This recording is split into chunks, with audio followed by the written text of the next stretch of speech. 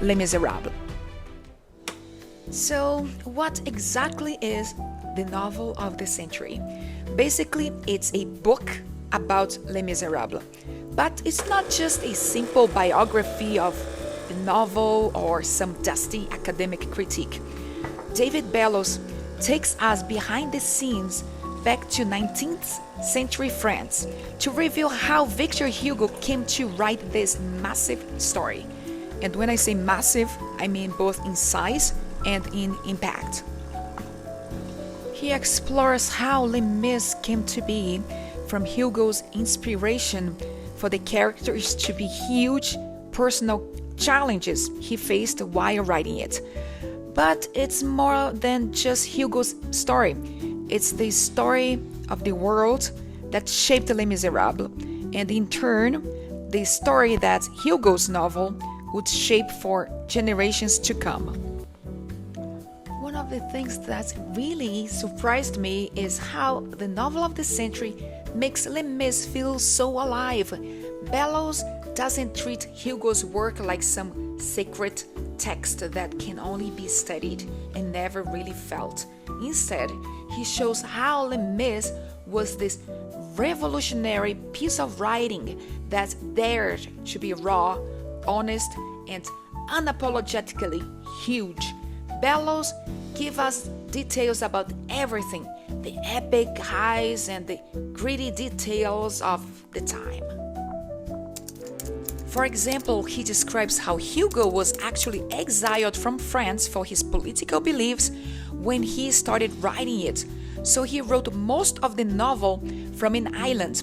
Imagine trying to create such a huge, intricate story while isolated from the very people and places you are trying to depict. The novel of the century let us see how Hugo poured all the personal struggle into his work, making it feel so much more powerful. Another reason I loved this book is how it brings a new layer to the characters and the themes of Les Mis. We all know and loved, or love to hate, the characters like Jean Valjean, Javert, Fantine, and Cosette. But Bellows dives into how these characters represent real issues of Hugo's time, from the injustice of poverty to the struggle for redemption. It really shows that Hugo didn't just pull these ideas out of thin air.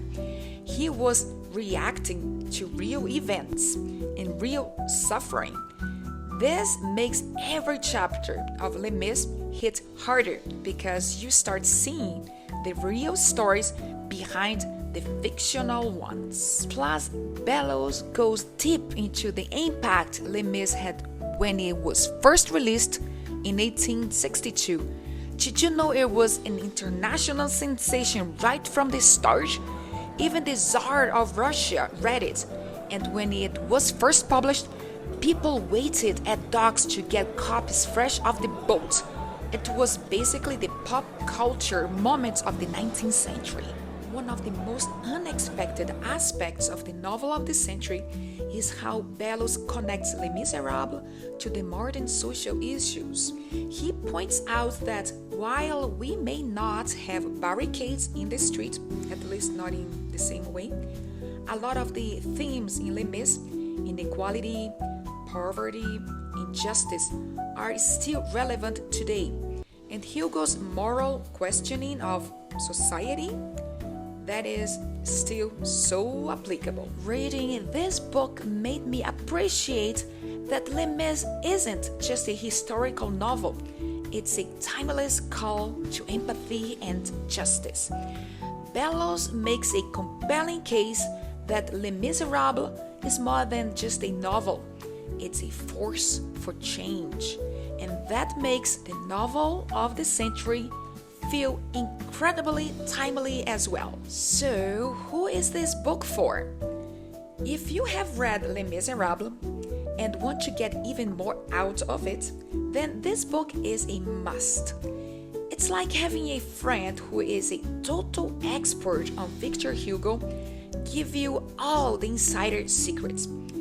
Even if you haven't read Les Mis, but you love historical nonfiction or books about how art gets made, you will find a lot to enjoy. Bello has this great narrative style. It's intelligent but not intimidating, which is perfect if you are like me and enjoy learning without feeling like you are in this lecture hall. And if you are into French history, you will love the details Bellos uncovers about Parisian society and the European literary scene of the 1800s. Alright, that's my pitch for the novel of the century by David Bellos. Whether you are a hardcore Les Mis fan or just curious about why this story has captured so many hearts, this book will definitely deepen your appreciation. It's eye-opening, it's insightful, and honestly, it's just a fascinating read.